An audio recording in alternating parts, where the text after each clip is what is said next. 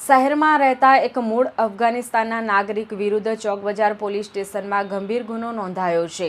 આ આરોપી પર ભારતીય નાગરિકતા સ્થાપિત કરવા માટેની નકલી જન્મ પ્રમાણપત્ર બનાવી તેના આધારે ખોટી રીતે ભારતીય પાસપોર્ટ, આધાર કાર્ડ, પાન કાર્ડ અને ચૂંટણી કાર્ડ જેવા મહત્વના દસ્તાવેજો મેળવવાનો આરોપ છે।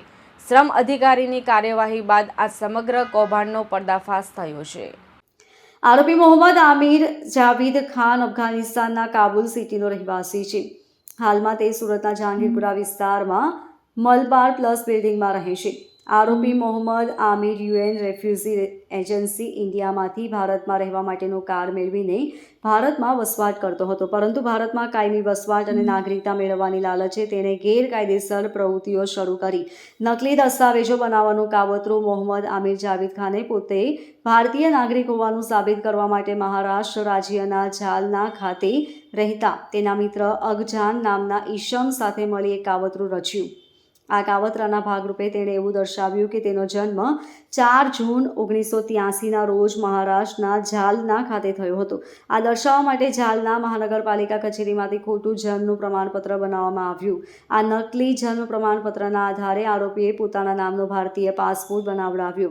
એટલું જ નહીં, તેણે આ જ ખોટા દસ્તાવેજોના આધારે ભારત સરકારના આધાર કાર્ડ, પાન કાર્ડ અને ચૂંટણી કાર્ડ જેવા સંવેદનશીલ દસ્તાવેજો પણ મેળવી લીધા હતા। આ ગુનો 19 ડિસેમ્બર 2024 18 ફેબ્રુઆરી 2025 દરમિયાન ચોક બજાર હેરિટેજ ઓવરબ્રિજના નાકા પાસે જાહેર રોડ ઉપર બન્યો હોવાનું જણાવાયું છે।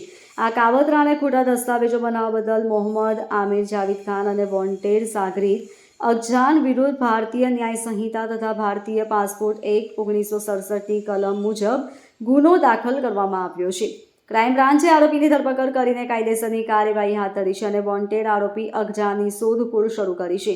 આ ઘટના ભારતીય નાગરિકતા અને દસ્તાવેજોની સુરક્ષા અંગે ગંભીર સવાલો ઊભા કરે છે। આજ કામગીરી દરમિયાન ક્રાઇમ બ્રાન્ચની ટીમને એક ઇન્ફોર્મેશન મળી કે એક અફઘાની નેશનલ છે જે બોગસ પાસપોર્ટ બનાવી અને ઘણા સમયથી સુરતમાં રહ્યો છે। સુરતમાં એણે બોગસ પાસપોર્ટ, બોગસ ડોક્યુમેન્ટના આધારે મેળવ્યો છે। આ ઇન્ફોર્મેશનના આધારે ક્રાઇમ બ્રાન્ચના પોલીસ ઇન્સ્પેક્ટર જે.એન. ગોસ્વામી અને એની ટીમણે એક મોહમ્મદ આમિર જાવેદ ખાન જે મૂળ કાબુલ અફઘાનિસ્તાનનો રહેવાસી છે, 2018માં 1 વર્ષના વિઝિટર વિઝા ઉપર આવ્યો હતો દિલ્હી અને ત્યારબાદ સુરત આવ્યો અને એના વિઝિટર વિઝા પૂરા થયા બાદ આ માણસે સુરતમાં પોતાના અલગ અલગ એક એના મહારાષ્ટ્ર જાલનાના મિત્ર મારફતે અલગ અલગ ડોક્યુમેન્ટ્સો, Aadhaar card, PAN card, election card બધા જ બોગસ ડોક્યુમેન્ટો બનાવી અને એક બીજો પાસપોર્ટ, ભારતીય પાસપોર્ટ મેળવેલો હતો। આ ભારતીય પાસપોર્ટ મેળવ્યા બાદ પણ આ ભારતીય પાસપોર્ટ ઉપર યુએઈ, અફઘાનિસ્તાન એ ટ્રાવેલિંગ પણ કરી ચૂક્યો છે અને ગઈકાલે ક્રાઇમ બ્રાન્ચની ટીમે ઇન્ફોર્મેશનના આધારે એની ધરપકડ કરી છે। એની પાસેથી બોગસ પાસપોર્ટ અને બોગસ ડોક્યુમેન્ટો કબજે કરવામાં આવ્યા છે અને એને અહીંયા રહેવા પાછળનો ઈરાદો, ઇન્ટેન્શન કેટલા ટાઈમથી અહીંયા। Bureau report, LK star news, Surat.